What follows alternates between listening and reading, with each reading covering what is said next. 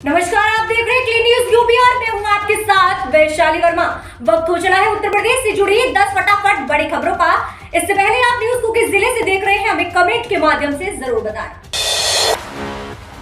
CM योगी आज श्रावस्ती से करेंगे स्कूल चलो अभियान की शुरुआत। कम साक्षर जिलों पर रहेगी नजर। उत्तर प्रदेश के मुख्यमंत्री आदित्यनाथ प्राइमरी और अपर प्राइमरी स्कूलों 100% भर्ती सुनिश्चित करने के उद्देश्य से आज से श्रावस्ती जिले से स्कूल चलो अभियान की शुरुआत करेंगे।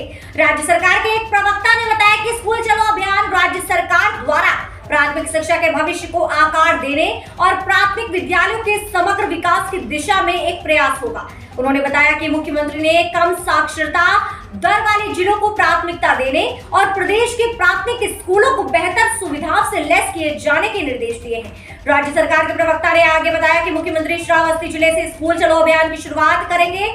इस जिले की साक्षरता दर राज्य में सबसे कम है। इसके बाद बहराइच, बलरामपुर, बदायूं और रामपुर का नाम आता है। मुख्यमंत्री ने अधिकारियों को निर्देश दिया है कि वे इस अभियान से जुड़े और सभी विधायक इस स्कूल की जिम्मेदारी लें। योगी सरकार ने गोरखनाथ मंदिर में हमले के बाद लिया बड़ा फैसला। यूपी एटीएस चीफ बनाए गए आईपीएस नवीन अरोड़ा। उत्तर प्रदेश की योगी आदित्यनाथ सरकार ने आईपीएस अफसर नवीन अरोड़ा को यूपी एटीएस का प्रमुख नियुक्त किया है। गोरखनाथ मंदिर में विशेष संप्रदाय के युवक द्वारा पुलिस कर्मियों पर हमले के बाद एटीएस एक्टिव हो गई है। अब वही नवीन अरोड़ा को अहम माने जाने वाले एटीएस की कमान सौंपी है। अरुण को सीएम योगी का करीबी अफसर माना जाता है और लखनऊ में कमिश्नरी सिस्टम लागू करने के वक्त उन्हें संयुक्त आयुक्त पर नियुक्त किया गया है। नवीन अरोड़ा राज्य में कई अहम पदों पर भी रह चुके हैं। वहां पिछले साल आगरा में आईजी रेंज के पद पर थे, लेकिन आज सफाई कर्मचारी की मौत के मामले के बाद राज्य सरकार ने उन्हें हटा दिया था और आईजी बजट बनाकर 2M दर्ज की पोस्टिंग दी थी। हालांकि आगरा में अरोड़ा न कानून व्यवस्था को मजबूत करने का काम किया था और अपने कार्यकाल में ऑपरेशन शिकंजा, ऑपरेशन तलाश जैसे अभियान चलाए थे। अरोड़ा ने ऑपरेशन शिकंजा के तहत कई बदमाशों पर शिकंजा कसा था और विवेचनाओं में तेजी दिखाई दी। यूपी में मिलेगी बम्पर नौकरियां, सीएम योगी ने दिए सख्त निर्देश। बेरोजगार युवाओं के लिए यूपी में आने वाली है बम्पर नौकरियां। सीएम योगी आदित्यनाथ के सख्त निर्देश के बाद क्रमिक विभाग कार्य योजना तैयार कर रहा है। जल्द ही सभी संबंधित विभागाध्यक्षों को ये निर्देश भेजने जा रहा है और इसके आधार पर भर्ती की प्रक्रिया शुरू की जाएगी। नई योजना के तहत अब यूपी सरकार सूबे में सेवानिवृत्त से खाली होने वाले पदों का ब्यौरा 1 साल पहले तैयार कराएगी। इन पदों पर भर्ती की प्रक्रिया पहले शुरू करा दी जाएगी, जिससे खाली होने के साथ ही उस पद को भरा जा सके। बताया जा रहा है कि क्रमिक एवं नियुक्त विभागों में सभी सरकारी विभागों में रिक्त पदों की गिनती नए सिरे से कराने जा रही है, जिसमें जुलाई 2023 तक सेवानिवृत्त होने वाले कर्मियों का ब्यौरा विभागवार एवं 1 साल पहले ही एकत्र किया जाएगा, जिसके आधार पर संबंधित बोर्डों और आयोगों की भर्तियों के लिए प्रस्ताव भेजा जाएगा। यूपी के इन 17 शहरों में मिलेंगी एक जैसी सुविधाएं। प्रदेश के 17 नगर निगम वाले शहरों में नागरिकों को एक समान सुविधाएं मिलेंगी। मसलन सिटी ट्रांसपोर्ट सेवा, टैक्स जमा करने की सुविधा, ऑनलाइन शिकायत निस्तारण की सुविधा व्यवस्था के साथ ही सीवर सफाई की सुविधा दी जाएगी। एक समान सुविधाएं देने के लिए नगर निगम द्वारा लागू की गई बेहतर सुविधाओं का अध्ययन कराते हुए इसे लागू कराया जाएगा। इसके लिए सभी नगर निगमों में किए गए बेहतर कामों की जानकारी मांगी गई है। राज्य सरकार चाहती है कि प्रदेश के सभी 17 नगर निगमों के शहरी क्षेत्रों में आने वालों को ऐसी सुविधाएं दी जाए जिससे उन्हें बेहतर शहरी होने का अनुभव हो सके। नगर निगम चूंकि स्वशासी संस्थाओं की श्रेणी में आते हैं, इसलिए वे अपने हिसाब से जनहित में फैसले लेते हैं। इसके चलते एक समान सुविधाएं नहीं मिल पाती हैं। इसलिए उच्च स्तर पर यह तय किया गया है कि जो भी नगर निगमों में जनहित में बेहतर काम हो रहा है उसे अन्य में भी लागू किया जाए, जिससे प्रदेश के सभी 17 प्रमुख शहरों में लोगों को एक समान सुविधाएं मिल सके। इन शहरों में सुविधा अलीगढ़, अयोध्या, मेरठ, आगरा, कानपुर, गोरखपुर, गाजियाबाद, मथुरा, वृंदावन, वाराणसी, प्रयागराज, लखनऊ, झांसी, सहारनपुर, शाहजहांपुर, मुरादाबाद, फिरोजाबाद व बरेली शामिल है। यूपी के मनरेगा मजदूरों को लेकर बड़ी राहत, 213 रुपए प्रतिदिन की बड़ी मजदूरी।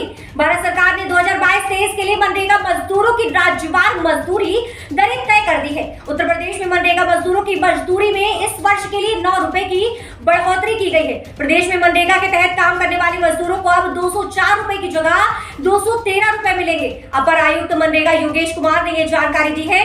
गौरतलब है कि प्रदेश में मनरेगा जॉब कार्ड धारकों की तादाद 1.36 करोड़ है। इस समय करीब 2.5 से 3 लाख मजदूर प्रतिदिन काम कर रहे हैं। कुछ दिन बाद नए वित्तीय वर्ष के बजट से ग्रामीण क्षेत्रों में मनरेगा के काम जैसे जैसे बढ़ेंगे, काम करने वाले मजदूरों की संख्या लगातार बढ़ती जाएगी। कोरोना के दौरान जब दूसरे प्रदेशों से लाखों की संख्या में प्रवासी मजदूर अपने गांवों को लौटे थे, उस समय मनरेगा ही उनके रोजगार का प्रमुख साधन बना था। प्रतिदिन 40 से 60 लाख तक मजदूर मनरेगा के तहत काम कर रहे थे।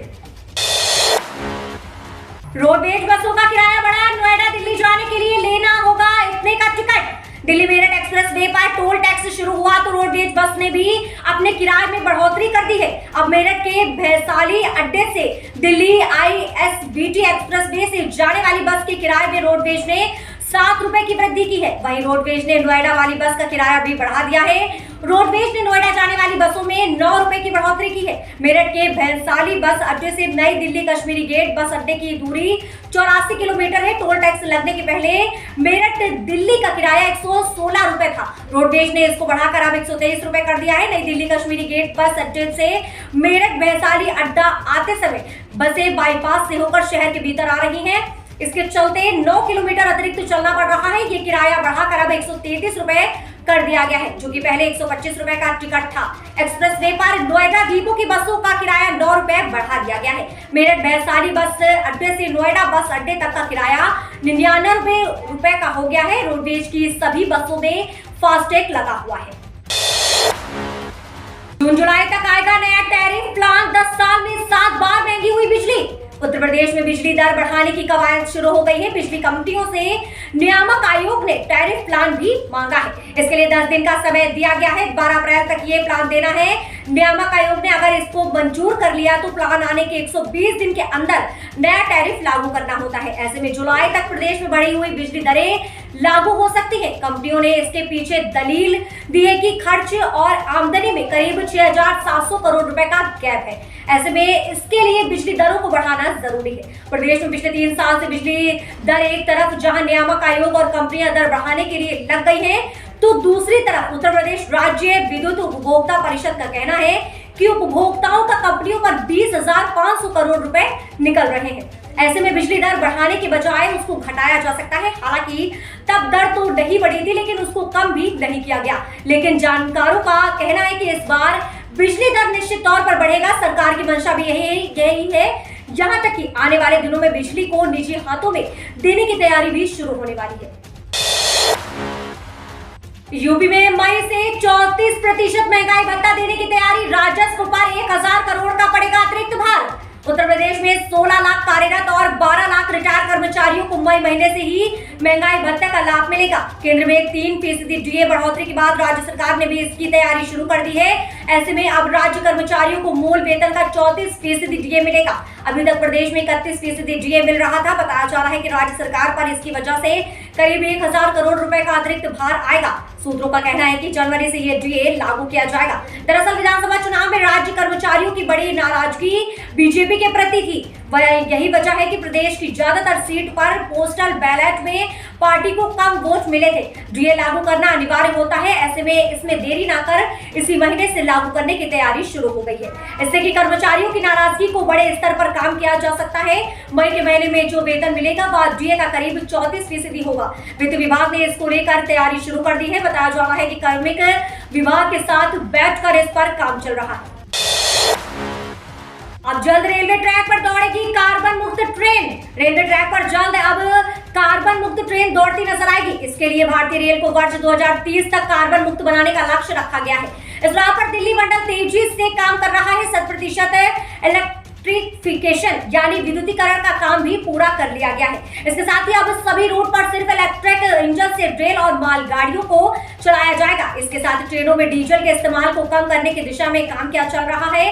हेड ऑन जनरेशन तकनीकी के प्रयोग पर बल दिया जा रहा है। 56 ट्रेनों में यह सुविधा उपलब्ध हो गई है। ट्रेनों के लिंक हाफ मैन बुश वाली ट्रेनों की कोच को सभी हेड ऑफ जनरेशन तकनीकी में परिवर्तित किया जाएगा। इन ट्रेनों के कोच में एसी, पंखे और रोशनी की व्यवस्था के लिए डीजल जनरेटर का इस्तेमाल नहीं किया जाएगा। इससे प्रति वर्ष डीजल पर खर्च होने वाले करोड़ों रुपए की बचत होगी। यूपी में अभी और सताएगी गर्मी, तेज लू का अलर्ट जारी। उत्तर प्रदेश के सभी जिलों में इन दिनों भीषण गर्मी और लू चल रही है। अप्रैल की शुरुआत में इस गर्मी ने पिछले 25 सालों का रिकॉर्ड तोड़ दिया है। मौसम विभाग के मुताबिक आने वाले दिनों में सूरज का सितम और बढ़ने वाला है, जहां तापमान 40 से 42 डिग्री सेल्सियस तक पहुंच सकता है। मौसम विभाग के वैज्ञानिकों के मुताबिक आने वाले दिनों में यूपी के तापमान में और इजाफा देखा जाएगा। इस दौरान तेज लू भी चल सकती है। मौसम विभाग के निर्देशक जेपी गुप्ता ने बताया है कि गर्मी ने यूपी में पिछले 25 सालों का रिकॉर्ड तोड़ दिया है। वहीं इस हफ्ते तापमान में 2 से 4 डिग्री सेल्सियस और इजाफा हो सकता है, जिससे कि लखनऊ का अधिकतम तापमान 40.42 डिग्री सेल्सियस तक पहुंचने का अनुमान है। तो ये रही दिन भर की 10 फटाफट बड़ी खबरें। न्यूज अगर आपको पसंद आई हो तो वीडियो को लाइक, शेयर और हमारे चैनल क्लीन न्यूज यूपी को सब्सक्राइब करके बेल आइकन को प्रेस करना बिल्कुल ना भूलें।